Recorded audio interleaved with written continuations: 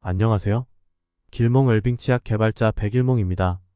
오늘은 기독교의 신약 성경 속에 숨겨진 암호들에 대해서 말씀드리겠습니다. 로마는 유대교를 포함해서 식민지의 종교인들을 박해하지 않았습니다. 그런데 유독 기독교도들에게 심한 박해를 했는데 그 이유는 초기의 기독교는 순수한 종교단체가 아니라 종교를 이용해서 독립운동을 하는 지하운동 세력이었기 때문입니다. 2000년 전에 이스라엘은 종교와 정치가 명확하게 분리가 되지 않은 상태였으므로 대부분의 종교 지도자는 종교가이면서 동시에 정치가였고, 그래서 그들의 공통적인 관심사는 이스라엘이 로마 제국으로부터 독립하는 것이었습니다. 그러므로 예수도 유대 사회의 지도자의 한 사람으로서 이스라엘의 독립에 관심을 가질 수밖에 없었지요. 예수가 이스라엘을 독립시켜서 자신이 왕이 되려고 하다가 붙잡혀서 처형됐으나 십자가에서 죽지 않고 요행이 살아난 후에 속히 돌아오겠다는 재림 약속을 하고 외국으로 피신했습니다. 예수가 십자가에서 죽지 않고 살아나는 과정은 추후에 상세히 설명드리겠으며 오늘은 성경 속의 암호가 숨겨진 과정에 대해서만 말씀드리겠습니다. 예수의 재림을 기다리는 동안에 예수의 제자들이 추종자들을 달래면서 조직을 유지하고 정치 자금도 확보하기 위해서 작성된 것이 바로 신약 성경이며 이 신약 성경을 소위 복음이라고 말합니다. 복음은 복된 소식 혹은 반가운 소식이라는 뜻이며 구체적으로 말하면 로마가 멸망하고 이스라엘이 독립한다는 기쁜 소식을 말합니다. 그래서 로마의 검열에 대비해서 신약은 암호나 은어를 사용했고 비밀장소에 보관했습니다. 그런데 예수가 재림 약속을 어기고 돌아오지 않았기 때문에 예수를 추종하던 단체가 생존을 위한 고육지책으로 종교단체로 변하면서 정치적인 은어들이 종교적인 단어로 둔갑하게 되었습니다. 예를 들면 예수는 세상의 왕이 아니라 하늘의 왕이므로 예수를 추종하면 하늘 즉 내세에서 보상받을 테니까 흔들리지 말고 계속 예수를 믿으라는 것이 바로 기독교의 시작입니다. 신약 성경은 처음에는 종교를 위한 문서가 아니라 이스라엘 독립운동 조직을 유지하기 위해서 만든 정치적인 문서였는데 이스라엘이 독립에 실패하면서 유태인들이 해외로 추방되는 소위 디아스포라가 일어났으므로 예수의 재림을 기다리다가 추방된 추종 세력을 달래기 위해서 정치적인 문서가 종교적인 문서로 둔갑되었습니다.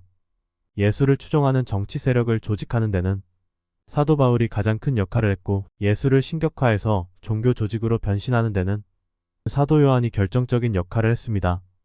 예수의 제자들 중에서 끝까지 살아남은 사도 요한이 거짓말 성경인 요한복음과 요한계시록을 만들어 예수를 신격화했는데 그럴 수밖에 없었던 이유는 다음과 같습니다. 예수가 자신을 추종하는 세력들에게 이렇게 설득 혹은 약속했습니다. 이스라엘이 머지않아서 독립하게 될 것이고 그렇게 되면 자신이 이스라엘의 왕이 돼서 12제자에게는 이스라엘 12지파의 수장 자리를 주고 나머지 추종자들에게도 여러 가지 보상을 해주기로 약속했습니다. 그래서 추종자들이 자신들의 재산을 팔아서 정치 자금을 냈습니다.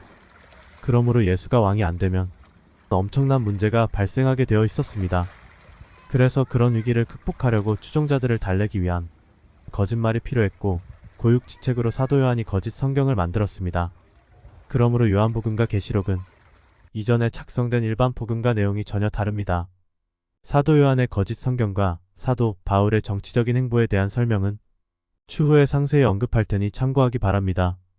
북한에서 김일성의 측근들이 김일성을 우상화해서 자신들의 권력을 유지한 것과 같이 사도 요한도 예수를 우상화해서 자신의 목숨을 보전하고 조직의 권력도 장악한 것으로 생각하면 쉽게 이해가 될 겁니다.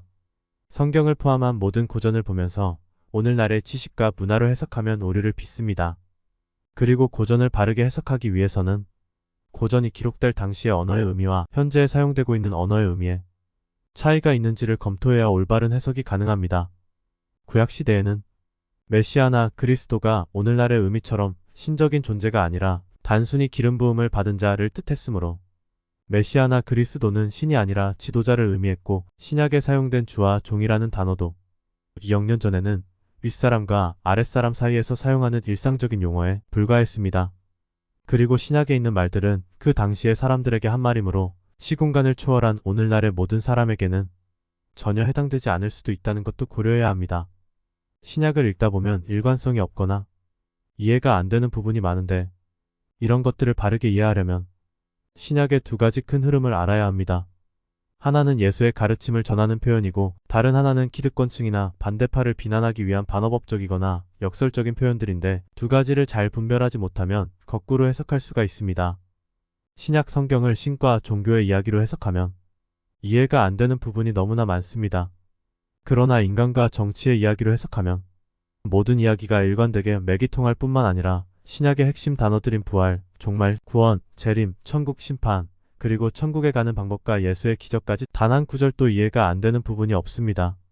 신약 성경이 처음 만들어질 때는 예수가 전혀 신적인 존재가 아니었는데 제자들이 독립운동을 하다가 모두 로마군에 잡혀서 죽었으나 유일하게 끝까지 살아남은 요한이 자신의 생존을 위해서 요한복음과 계시록을 거짓으로 만들고 예수를 하나님의 독생자라고 신격화하면서 기독교가 종교화를 시작했습니다.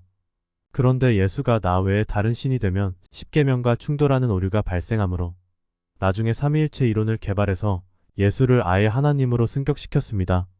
신약의 4대 복음 중에서 요한복음을 제외한 3대 복음을 통칭해서 공간복음이라고 하는데 거기서 예수가 하늘로 승천했다고 기록한 것으로서 봐서 이미 예수가 공간복음에서 신격화된 것이라고 생각할지 모르지만 그것은 창세기에서 하나님의 아들들이 인간이 돼서 지구로 왔다는 기록과 열왕기에서 엘리야가 하늘로 올라갔다는 이야기에서 힌트를 얻어서 약간 과장한 것이며 아직 신격화는 아니었습니다. 그리스 신화나 구약 성경에서 보듯이 과거의 비과학적인 시대에는 거짓 신화와 전설이 난무했고 신과 인간의 교류도 흔했으므로 공간복음의 예수 이야기는 고전 소설의 신출귀몰한 주인공의 이야기에 비하면 매우 인간적인 이야기에 불과하며 본격적인 신격화가 아닙니다. 오늘은 여기까지 하겠습니다.